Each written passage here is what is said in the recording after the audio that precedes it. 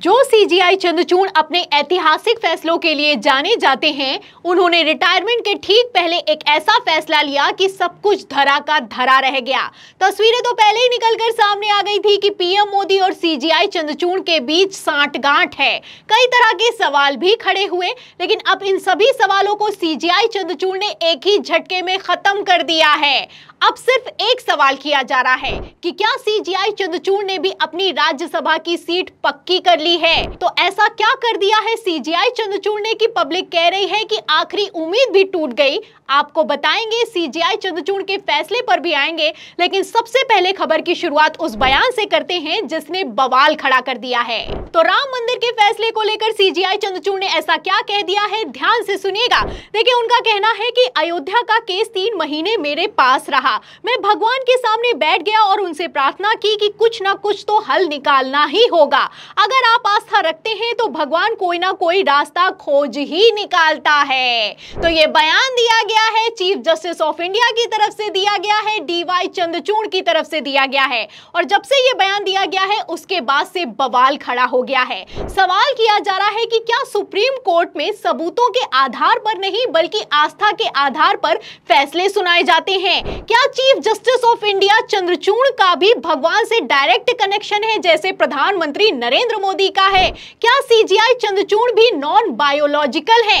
ये सवाल इसलिए किए जा रहे हैं क्योंकि मैं आपको बता दूं, जो राम मंदिर का फैसला निकलकर सामने आया था उसमें तब के chief justice of India Ranjan Gogoi समेत डीवाई चंद्रचूड़ भी शामिल थे। तो रंजन गोगोई तो भारतीय जनता पार्टी के टिकट पर राज्यसभा जा चुके हैं। अब ऐसे में सवाल ये खड़ा होता है कि क्या chief justice of India Chandrachud ने भी अपनी टिकट पक्की कर ली है।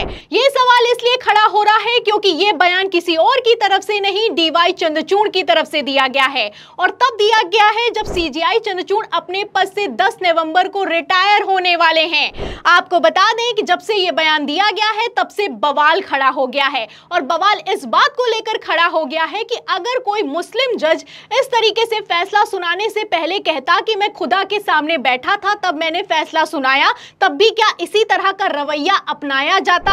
आप चीफ जस्टिस ऑफ इंडिया हैं, इस तरह का बयान देने का मतलब क्या बनता है। अगर मान भी लीजिए कि आप भगवान के सामने बैठे थे और भगवान से आपको शक्ति मिली और उस शक्ति के जरिए आपने राम मंदिर का फैसला लिया है, तो इसे सार्वजनिक मंच पर बोलने की जरूरत क्या है। मतलब आप देख सकते हैं कि सारी की सारी हदें ही पार हो चुकी हैं। और पहली बार नहीं है, जब से रिटायरमेंट नजदीक आ रहा है उसके बाद से लगातार सीजीआई चंद्रचूड़ की तरफ से ऐसे बयान निकलकर सामने आ रहे हैं जो कि संदेह पैदा करते हैं। एक और बयान है, देखिए इसमें लिखा है कि मेरी भगवान में गहरी आस्था है, मैं रोज भगवान की पूजा करता हूं। अरे पूजा करना है तो पूजा करिए, दिन रात पूजा करिए, लेकिन इस तरह के बयान देने का क्या मतलब बनता है।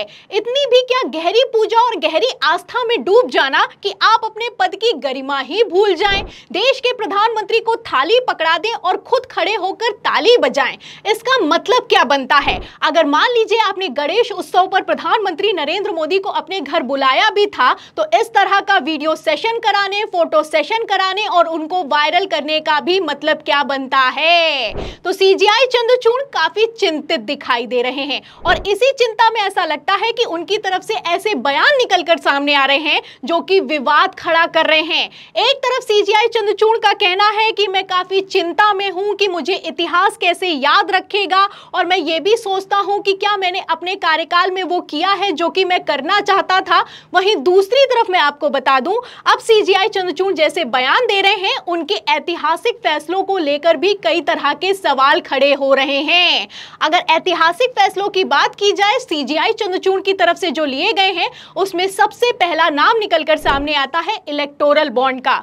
इलेक्टोरल बॉन्ड को लेकर आप जानते हैं कि कैसे सीजीआई चंद्रचूड़ की बेंच ने एक ही झटके में इसको कैंसिल कर दिया और कहा कि यह असंवैधानिक है, ऐसे कैसे चल सकता है, ये तो एक तरह का भ्रष्टाचार है। पूरा का पूरा खेल खुलकर सामने आ गया, इलेक्टोरल बॉन्ड को कैंसिल कर दिया गया, चोरी पकड़ ली गई लेकिन चोर को नहीं पकड़ा गया। अब इसी पर पब्लिक पलटकर सवाल भी कर रही है कि कई आपने ऐसे फैसले सुनाए हैं जिसमें आपने चोरी तो पकड़ ली है लेकिन चोर को नहीं पकड़ा। ना मोदी सरकार पर एक्शन हुआ, ना चुनाव आयोग पर एक्शन हुआ और ना ही एसबीआई पर एक्शन हुआ।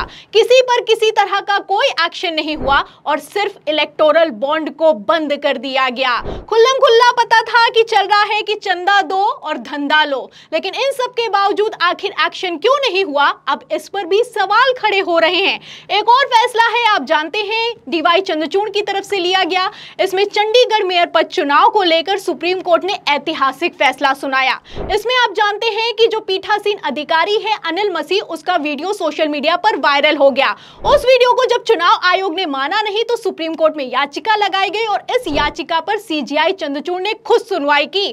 पीठासीन अधिकारी अनिल मसीह को बाकायदा सुप्रीम कोर्ट में बुलाया गया और उसने किस तरीके से वोटों को कैंसिल करके एनडीए के प्रत्याशी को जितवा दिया, ये साफ भी हो गया। लेकिन इन सब के बावजूद भी अनिल मसीह पर किसी तरह का कोई एक्शन नहीं लिया गया।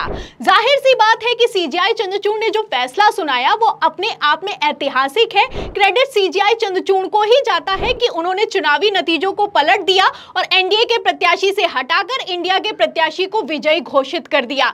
लेकिन फिर भी आखिर क्यों अनिल मसीह पर किसी तरह की कोई सख्त कार्रवाई नहीं हुई, सवाल खड़ा होता है।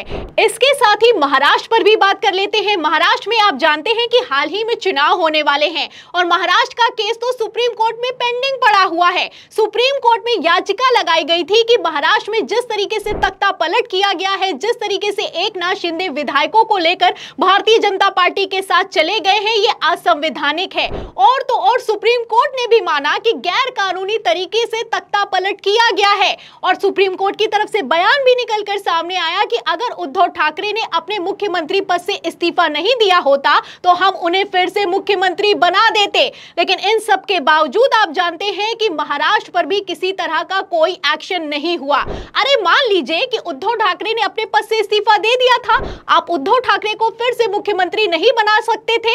कम से कम जो महाराष्ट्र की सरकार है उसे तो हटा सकते थे, लेकिन नहीं हटाया गया और किसी तरह का कोई एक्शन नहीं लिया गया। और अब तो महाराष्ट्र में भी विधानसभा चुनाव होने वाले हैं, तो कई तरह के सवाल खड़े हो रहे हैं।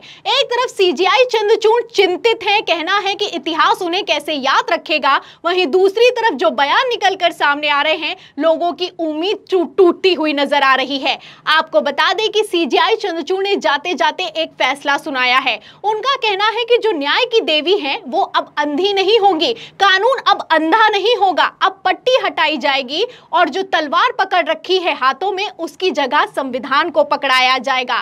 एक तरफ आप संविधान की बात करते हैं, वहीं दूसरी तरफ धर्म को बीच में लाते हैं, पहली बात। और दूसरा, यहां पर मैं आपको बता दूं, जो न्याय की देवी हैं उनको जो पट्टी लगाई जाती है वो इसलिए नहीं लगाई जाती है कि कानून अंधा है, इसलिए लगाई जाती है क्योंकि वो निष्पक्षता का प्रतीक है। ना धर्म को देखें ना जात को देखें, निष्पक्षता के साथ न्याय हो, इसलिए वो पट्टी लगाई जाती है। तो सीजेआई चंद्रचूड़ ने जाते जाते न्याय की देवी को तो बदल दिया, लेकिन न्याय की उम्मीद अभी भी सीजेआई चंद्रचूड़ से ही लगाई जाती है।